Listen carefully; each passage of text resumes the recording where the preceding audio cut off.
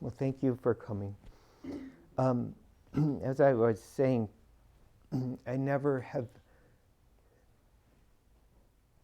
had seen or reasoned with the weather and whether regret being the weather. Standing outside in this first snow was marvelous.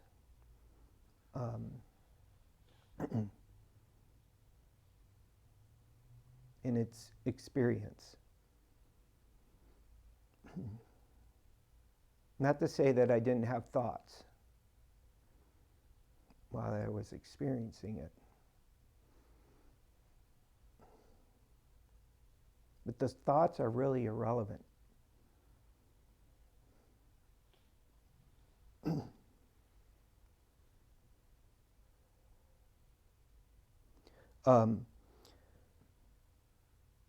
I have a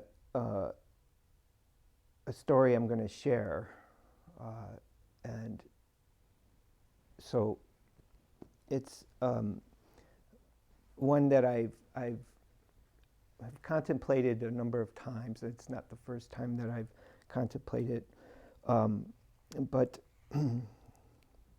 this is a Zen parable. 3 travelers noticed a man standing on a small hill looking over the landscape. The first traveler said, "Look at that man. I suppose he's searching the country around for an animal that has wandered from his herd." "Not at all," said the second. "He's simply watching out for a friend who's coming to visit him." "Nonsense," said the third. "He's just enjoying the refreshing breeze." The travelers argued among themselves, but weren't able to come to an agreement of why the man was standing there. When they came near to him, the first traveler called out to the man, "Hey, are you looking for a goat or sheep that has wandered from your flock?" "I don't have any flock," the man replied. "Then you're waiting for your friend?" asked the second. "No, I'm not waiting for a friend." "Ah," said the third, "it must be, as I expected, that you're just enjoying the refreshing breeze." "Not particular," said the man. "Then what are you doing?" the 3 travelers demanded of him. The man said, "I'm just standing here." And here ends the parable, right? Words fail to convey. And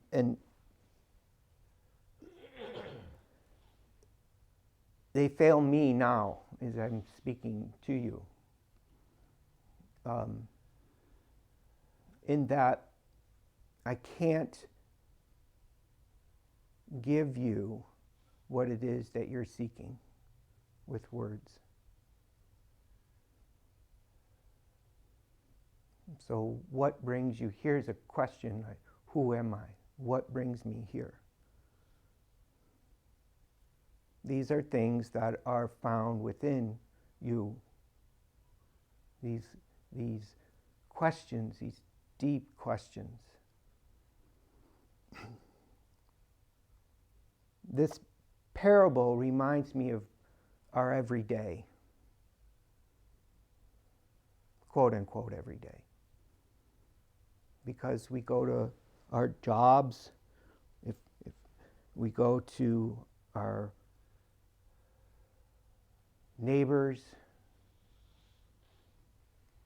everybody has an opinion about something. And we will argue about those things or have something to say.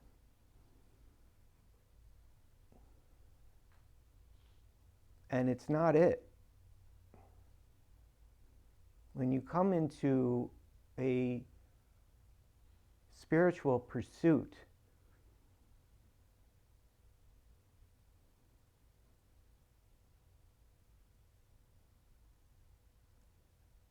the words will bring you elsewhere. They will pull you away.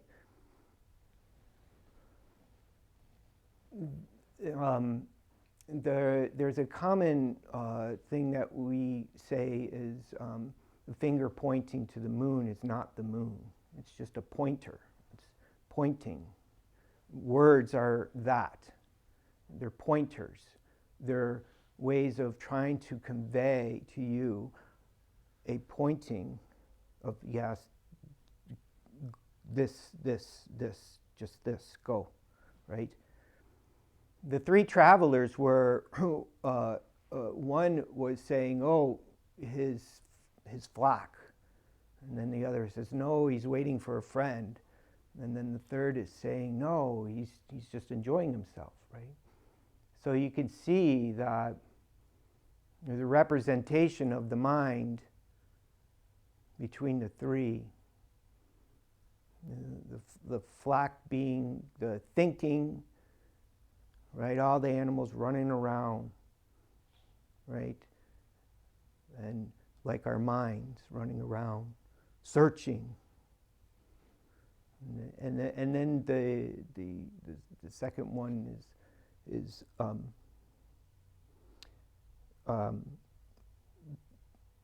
the emotion, waiting for a friend, excitement, the feelings we have. And then the third is, oh, he's just enjoying himself, right? And then there's kind of this contemplation. These three levels of mind. But he's just standing there. No mind, no thought, nothing to achieve, nothing to gain. And it's the gap that we have. I hear this and read about it myself, and the pointers are always the gap between thought. When you slow down your thinking enough, there's a gap. Because thoughts seem to run together like a film, like a movie. And if you take a reel, there's always that small gap between frames. That's the gap. And it's the same with mind and thinking.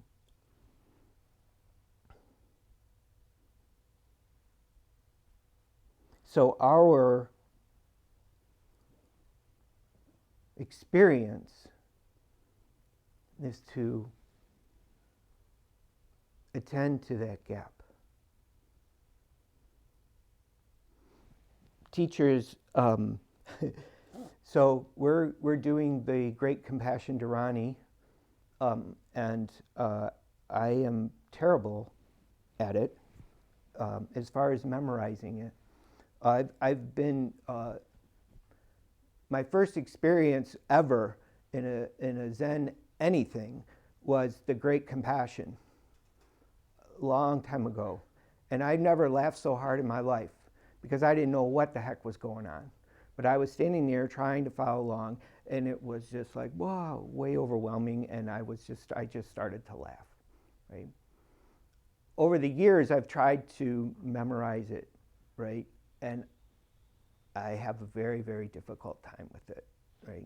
It just is so hard for me to not get things reversed and do them, right?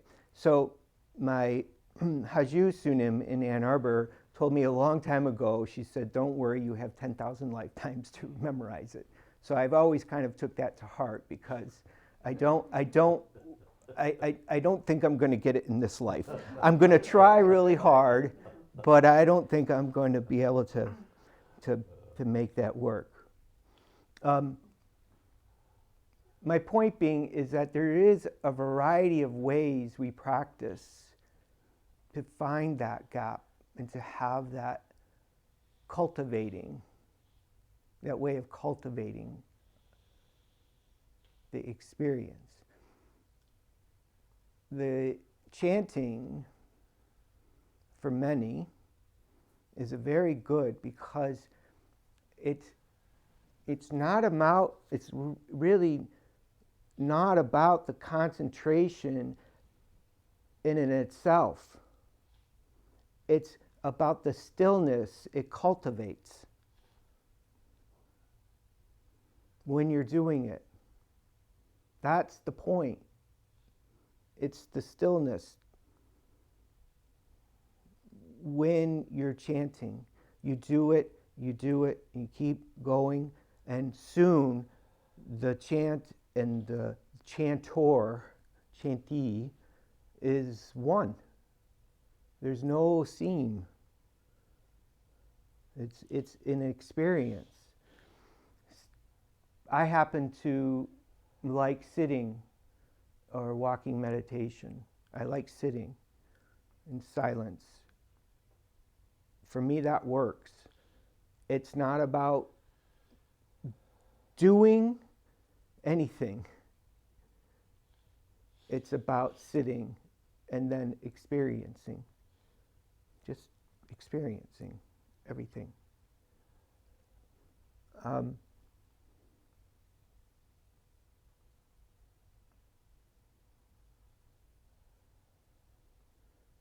Our minds are full of thought and ego pursuits and all of that. That's just how it is. It's not a bad thing. It's a way of navigating our world.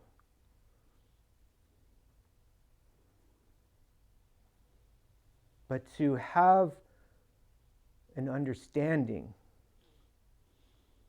a spiritual understanding of your being, you will never get it through thinking. Philosophers philosophize, and you could read about that, but that's not going to get it, because they're explaining to you what it is, whatever that is. The Buddha showed us, right, through sitting, through his examples of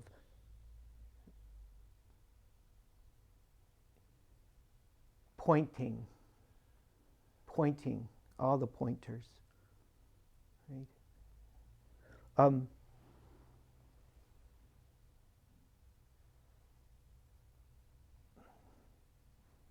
A couple more things I'm going to add.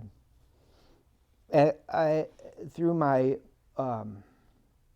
personal experience with meditation and my observations in my field of work, I noticed that when I meditate, when I'm sitting, the breathing will change. And maybe you've experienced this yourself. So as you sit, you'll notice that your breathing might become slower and might become a lot less effort involved. Maybe you've experienced some sort of pause. Maybe you're not breathing as a little longer between breaths. The dying experience is a lot like that, if you've ever seen one in that state.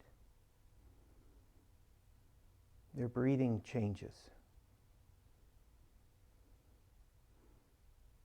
They will get apnea. They will, when they settle in, their breathing will change and their spacing becomes a little longer between breaths. And I was sitting one day and I thought, oh my God, I'm dying. It's the same type of thing in that way. So I'm wondering to myself, because I don't know. I don't know. I'm wondering if people who are in that state are meditating. I wonder if they're get to a place where that is just beautiful for them. I like to think so, because when we're meditating, we really feel pretty good. I would imagine, maybe, I would hope so, that experience is a very good experience, a favorable.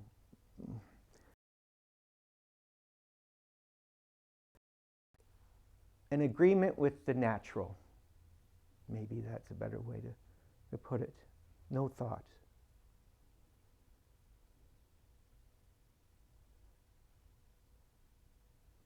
So, what is it that we're looking for? I will tell you that it's here, right now, within you, absolutely. Everybody has that Buddha nature available right here now.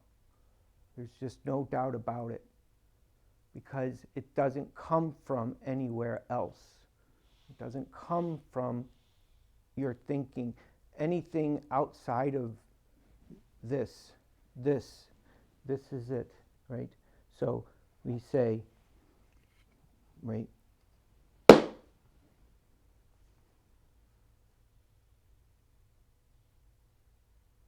just that.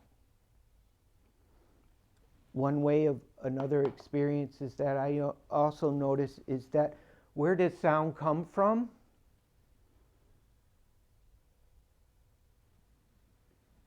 It comes from silence.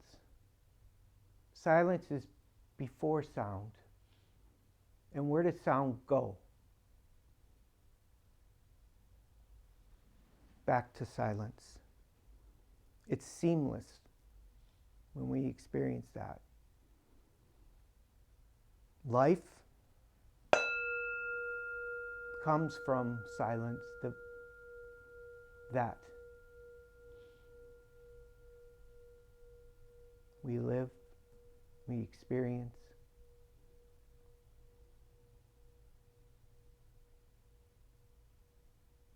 And we go back to that. And then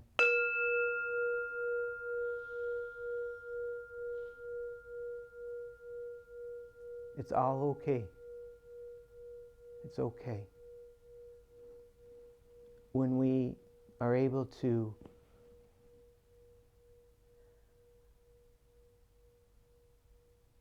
be there in our being. What does it mean? I have no idea. And I don't want to know, because I'm wrong.